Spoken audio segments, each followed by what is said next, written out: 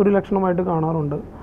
പിന്നെയുള്ള ഒരു ലക്ഷണം എന്ന് പറയുന്നത് ഡേ ടൈം സിംറ്റംസിൽ വരുന്നത് യൂഷ്വലി നമ്മളൊരു മീറ്റിങ്ങിന് ഇരിക്കുകയോ അല്ലെങ്കിൽ ഒരു ഐഡിയലായിട്ട് ഇരിക്കുന്ന ഒരു സമയത്ത് ഉറക്കം തൂങ്ങുക.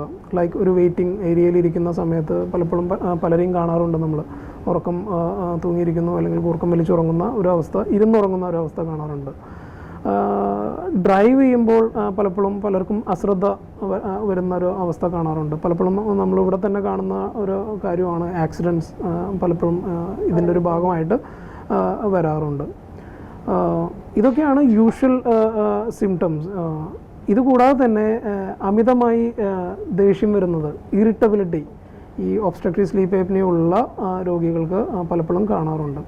നമ്മൾ പലപ്പോഴും വിചാരിക്കും ഇവർക്ക് എന്ത് പറ്റി എന്നുള്ള ഒരു ചിന്ത നമുക്ക് വരുമെങ്കിലും യൂഷ്വലി ഈ രാത്രി ഉള്ള ഈ ശരീരത്തിൽ വരുന്ന ഈ ഏപ്നിയാസിൻ്റെ പേരിൽ വരുന്ന ഒരു സിംറ്റമാണ് ഈ അമിതമായിട്ടുള്ള ഇറിറ്റബിലിറ്റിയും ദേഷ്യം വരലും. ഈ ഉറക്കത്തിൽ എണീറ്റ് നടക്കുക അതും ഇതിൻ്റെ ഒരു സിംറ്റം ആണോ? ഉറക്കത്തിൽ എഴുന്നേറ്റ് നടക്കുക, ഉറക്കത്തിൽ സംസാരിക്കുക, ഉറക്കത്തിൽ പല്ല് കടിക്കുക എന്നുള്ള സിംറ്റംസ് എല്ലാതും സ്ലീപ്പ് ഏപ്നിയായിട്ട് ഭാഗമുള്ളതല്ല. അത് ഒരു സെപ്പറേറ്റ് എൻറ്റിറ്റിയാണ്.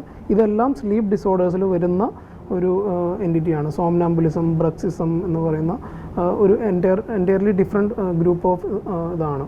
യൂഷ്വലി ഈ സിംറ്റംസ് ഇതിൽ കാണണമെന്നില്ല. സർ, ഇതൊക്കെ നമ്മൾ ലൈക്ക് മിക്കവരും ഉറക്കം തൂങ്ങുക, അപ്പോൾ നമ്മൾ ആരും ഇത് സീരിയസ് ആയിട്ട് എടുക്കാറില്ല. അപ്പോൾ ഇത് ട്രീറ്റ് ചെയ്തില്ലെങ്കിൽ ലൈക്ക് എന്തൊക്കെ റിസ്ക്സ് ആണ് ഭാവിയിൽ വരാൻ സാധ്യതയുള്ളത്? ഇപ്പം നമ്മുടെ സമൂഹത്തിൽ ഇപ്പം നോർമൽ ഇൻഡിവിജ്വലിനെ വിട്ടിട്ട് ഈവൻ പല ഹെൽത്ത് കെയറിൽ വർക്ക് ചെയ്യുന്ന പലർക്ക് പോലും ഇതിനെ പറ്റിയിട്ടുള്ളൊരു അവബോധം എസ്പെഷ്യലി നമ്മുടെ നാട്ടിലില്ല.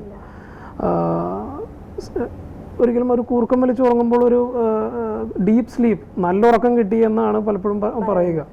എന്നാൽ അങ്ങനെയല്ല. ഓരോ തവണ കൂർക്കം വലിക്കുന്നതിനോട് കൂടി തന്നെയും ശരീരത്തിനുള്ളിൽ ഓക്സിജൻ കുറഞ്ഞു പോകാനുള്ള സാധ്യത ഈ സ്ലീപ്പ് ആപ്നിയ പേഷ്യൻസിനുണ്ട്.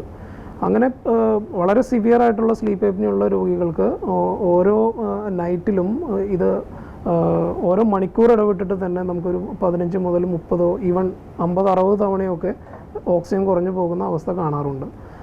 ഇത് ഓരോ നൈറ്റിലും, അതായത് വളരെ നാളുകൾ നമ്മളത് ഇഗ്നോർ ചെയ്ത് പോയി കഴിഞ്ഞാൽ മേജർ സൈഡ് ഇഫക്ട്സ്, റിസ്ക്സ് ഉണ്ടാകാനുള്ള സാധ്യതയുണ്ട്. ലൈക്ക് രാത്രി ഉറക്കത്തിനിടയിൽ സ്ട്രോക്ക് വരിക, ഉറക്കത്തിനിടയിൽ ഹാർട്ട് അറ്റാക്ക് ഉണ്ടാകുക.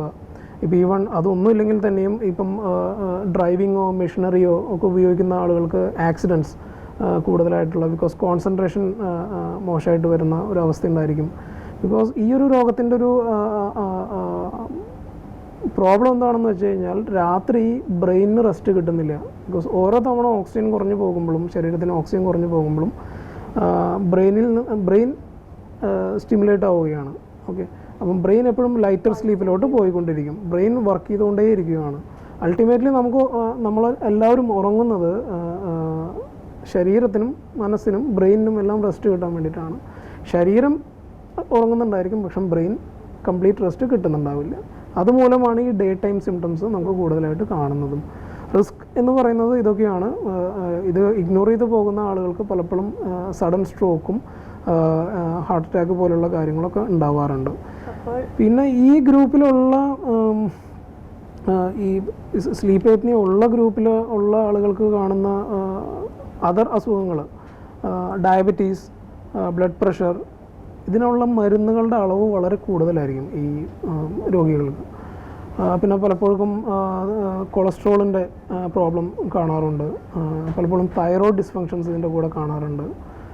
ബിക്കോസ് അൾട്ടിമേറ്റ്ലി രാത്രി ശരീരത്തിൽ ഓക്സിജൻ കുറഞ്ഞു പോകുന്നൊരവസ്ഥ വരുമ്പോൾ ശരീരത്തിനകത്തുണ്ടാകുന്ന എല്ലാ അവയവങ്ങൾക്കും സ്ട്രെസ്സാണ്.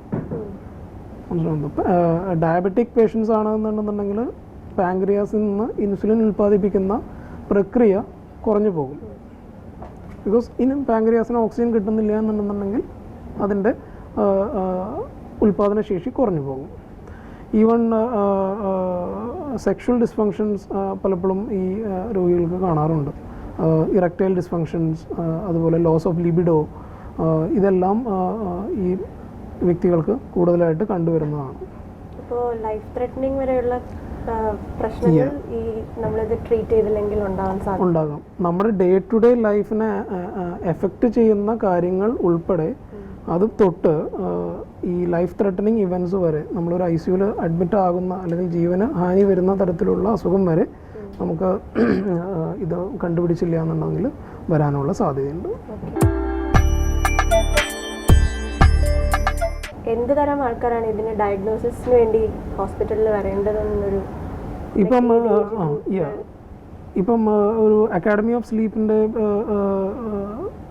റിപ്പോർട്ട് പ്രകാരം ഡയബറ്റിക് പേഷ്യൻസ്, ബ്ലഡ് പ്രഷറുള്ള പേഷ്യൻറ്റ്, എന്തെങ്കിലും തരത്തിലുള്ള കാർഡിയാക് ഡിസ്ഫങ്ഷൻസ് ഉണ്ടായിട്ടുള്ള ആളുകൾ, അമിതവണ്ണമുള്ള ആളുകൾ, ഇവരെല്ലാവരും നിർബന്ധമായിട്ടും ഒബ്സ്ട്രക്റ്റീവ് സ്ലീപ്പ് ഏപ്നിയ ഉണ്ടോ ഇല്ലയോ എന്നുള്ള കാര്യം ചെക്ക് ചെയ്യേണ്ടത് നിർബന്ധമാണ്. ബിക്കോസ് ഈ ഗ്രൂപ്പ് ഓഫ് ആളുകൾക്ക് ഇതുപോലെയുള്ള ഓക്സിജൻ കുറവുകൾ രാത്രി അഫോർഡ് ചെയ്യാൻ പറ്റില്ല. നമുക്കുള്ള പ്രോബ്ലം എന്താണെന്നുണ്ടെങ്കിൽ നമുക്ക് ഈ സിവിയർ ആയിട്ടുള്ള ഒബ്സ്ട്രക്റ്റീവ് സ്ലീപ്പ് ഏപ്നിയ ഉള്ള വ്യക്തികൾ പലപ്പോഴും 1 മിനിറ്റിന് മേലെയൊക്കെ രാത്രി ഉറങ്ങുന്ന സമയത്ത് ശ്വാസം നിലച്ച് നിൽക്കുന്ന ഒരവസ്ഥ കാണിക്കാറുണ്ട്. നമുക്ക് ഓർമ്മ വെച്ചിട്ട്, അതായത് നമുക്ക് പകൽ സമയത്ത് ഒരിക്കലും ഓർമ്മയോടുകൂടി ചെയ്യാൻ പറ്റാത്തൊരു കാര്യമാണ്. 1 മിനിറ്റോ 2 മിനിറ്റോ ശ്വാസം പിടിച്ചു നിർത്താൻ നമുക്ക് ബോധപൂർവം സാധിക്കില്ല. പക്ഷെ രാത്രി നമ്മൾ അറിയുന്നില്ല. അപ്പോൾ അതിൻ്റെ പേരിലുള്ള പല പ്രോബ്ലംസും ഈ ഡയബറ്റിക്, ഹൈപ്പർടെൻസീവ്, കാർഡിയാക് പേഷ്യൻസിന് ഉണ്ടാകാറുണ്ട്. ഈവൻ ഹാർട്ട് ഫെയിലിയേഴ്സൊക്കെ ഉള്ള രോഗികളിൽ പലപ്പോഴും ഈ ഒബ്സ്ട്രക്റ്റീവ് സ്ലീപ്പ് ഏപ്നിയ നമ്മൾ ഓവർലുക്ക് ചെയ്തുകൊണ്ടിരിക്കുകയാണ്. ബേസിക്കലി നമ്മൾ കണ്ടുപിടിക്കാതെ പോകുന്ന ഒരവസ്ഥ പലപ്പോഴും കണ്ടിട്ടുണ്ട്.